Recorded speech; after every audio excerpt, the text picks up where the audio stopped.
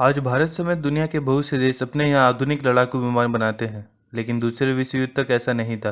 गिने चुने देश ही ऐसे थे जिनके पास लड़ाकू विमान बनाने की तकनीक थी, और वो इसे उन्हीं देशों को देते थे जो भरोसेमंद हों। दूसरे विश्व युद्ध से पहले उस समय की सुपर पावर ब्रिटेन ने अपने लड़ाकू विमान बनाने के ठेके कनाडा को दे रखे थे, जो ब्रिटेन के लिए हॉकर हरिकेन फाइटर और एवरो लैंकेस्टर बॉम्बर विमान बनाता था। जब शीत युद्ध शुरू हुआ तो दुनिया में असुरक्षा को देखते हुए हथियारों की मांग बढ़ गई। इनमें लड़ाकू विमान भी शामिल थे। तब कनाडा ने दूसरे विश्व युद्ध के अपने तजुर्बे का फायदा उठाते हुए एक लड़ाकू विमान बनाने की सोची। इस बार कनाडा किसी ब्रिटिश या अमेरिकी डिज़ाइन पर नहीं बल्कि खुद का डिज़ाइन किया हुआ विमान बनाना चाहता था। इस काम को अंजाम दिया कनाडा की कंपनी एवरो एयरक्राफ्ट ने। 4 अक्टूबर 1957 को एवरो एयरक्राफ्ट के पहले लड़ाकू विमान ने उड़ान भरी। इसे देखने के लिए 14,000 लोग कनाडा के टोरंटो शहर में जुटे थे। उस समय एरोफाइटर प्लेन मार्क 2 यानी 1500 मील प्रति घंटा की रफ्तार से उड़ सकता था। इसमें और तेज उड़ान की संभावनाएं थी। कनाडा ने इस फाइटर विमान को डिजाइन करके विमानन की दुनिया का सुपर पावर बनने का ख्वाब देखा था। लेकिन 20 फरवरी 1959 को अचानक ऐलान किया गया कि एवरो एयरक्राफ्ट कंपनी बंद की जा रही है और एरोफाइटर प्लेन का निर्माण भी अब नहीं होगा। यह फैसला कनाडा के उस वक्त के प्रधानमंत्री जॉन डिफेनबेकर ने लिया था, क्योंकि अमेरिका या ब्रिटेन के मुकाबले कनाडा के पास इतने पैसे और संसाधन नहीं थे। रातों रात एवरो एयरक्राफ्ट के करीब 15,000 कर्मचारियों को नौकरी से निकाल दिया गया। एरोफाइटर के सभी प्रोटोटाइप नष्ट कर दिए गए। कनाडा के विमानन इतिहास में 20 फरवरी 1959 को ब्लैक फ्राइडे कहा जाता है।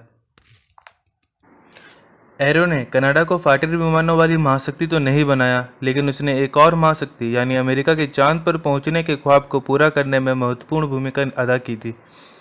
एवरो एयरक्राफ्ट कंपनी से निकाले गए कनाडा के 32 इंजीनियरों ने नासा के अपोलो स्पेस मिशन में महत्वपूर्ण भूमिका अदा की थी, जिसकी मदद से अमेरिका ने स्पेस रेस में सोवियत संघ को शिकस्त दी। कनाडा के एविएशन और स्पेस म्यूजियम की निरीक्षक एरिन ग्रेगरी कहती हैं कि दुनिया में ऐसे बहुत से कम देश हैं जिन्होंने एक एयरक्राफ्ट विकसित करने में इतने पैसे खर्च किए और फिर उन्हें सेवा में नहीं लिया। कनाडा ने उस समय करीब 158 अरब डॉलर की रकम से एरोफाइटर प्लेन का विकास किया, पर आगे उसके लिए बाजार नहीं दिख रहा था। कनाडा की इतनी हैसियत नहीं थी कि वो इस विमान को लगातार बनाकर इकट्ठा करता रहे और मौका मिलने पर बेच सके। वो अमेरिका या ब्रिटेन नहीं था। कनाडा ने ये विमान इसलिए विकसित किया क्योंकि दूसरे विश्व युद्ध के दौरान उसे बॉम्बर और फाइटर प्लेन बनाने का तजुर्बा था। 1949 में कनाडा के इंजीनियरों ने 102 नाम का जेट लाइनर यानी यात्री विमान भी बनाया था, जो पूरे उत्तरी अमेरिका में पहला यात्री विमान था। आगे चलकर एवरो एयरक्राफ्ट की योजना तस्तरी जैसे यान बनाकर अंतरिक्ष में भेजने की भी थी। साथ ही कंपनी अटलांटिक के आर पार के सफ़र के लिए एक सुपरसोनिक जेट बनाने पर भी काम कर रही थी। कनाडा के रॉयल मिलिट्री कॉलेज के प्रोफेसर रैंडल वैकलम कहते हैं, एवरो कंपनी शानदार थी। उसकी उपलब्धियां कनाडा के विमानन क्षेत्र की सुपर पावर बनने की ख्वाब को पूरा करती थी। कनाडा की सरकार अपने देश को विमान बनाने वाले छोटे देश से अमेरिका और ब्रिटेन जैसी महाशक्ति बनाना चाहती थी। 1950 में जब कोरिया में युद्ध छिड़ा तो कनाडा के रक्षा मंत्री ने एवरो से कहा कि वो जेटलाइनर बनाना छोड़े और फाइटर प्लेन बनाए।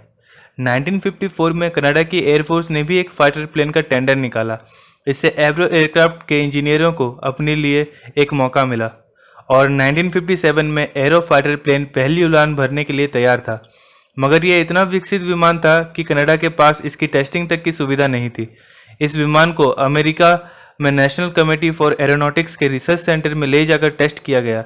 यही अमेरिकी कमेटी आगे जाकर नासा में तब्दील की गई। नासा के वैज्ञानिक कनाडा के इंजीनियरों का कमाल देखकर हैरान थे। उन्होंने भी एरो फाइटर प्लेन में दिलचस्पी दिखाई, मगर 1959 में कंपनी और प्रोजेक्ट दोनों को कनाडा की सरकार ने बंद कर दिया। कनाडा के इस फैसले से अमेरिका को बहुत फायदा हुआ। एरो फाइटर प्लेन के प्रोजेक्ट पर काम कर रहे अधिकतर कनाडाई इंजीनियरों को नासा ने अपने यहाँ रख लिया, जिन्होंने उसके मरकरी, जेमिनाई और अपोलो मिशन को अंजाम तक पहुंचाने में महत्वपूर्ण भूमिका अदा की थी। एरो फाइटर प्लेन प्रोजेक्ट बंद होने के साथ ही कनाडा का विमानन महाशक्ति बनने का ख्वाब अधूरा रह गया।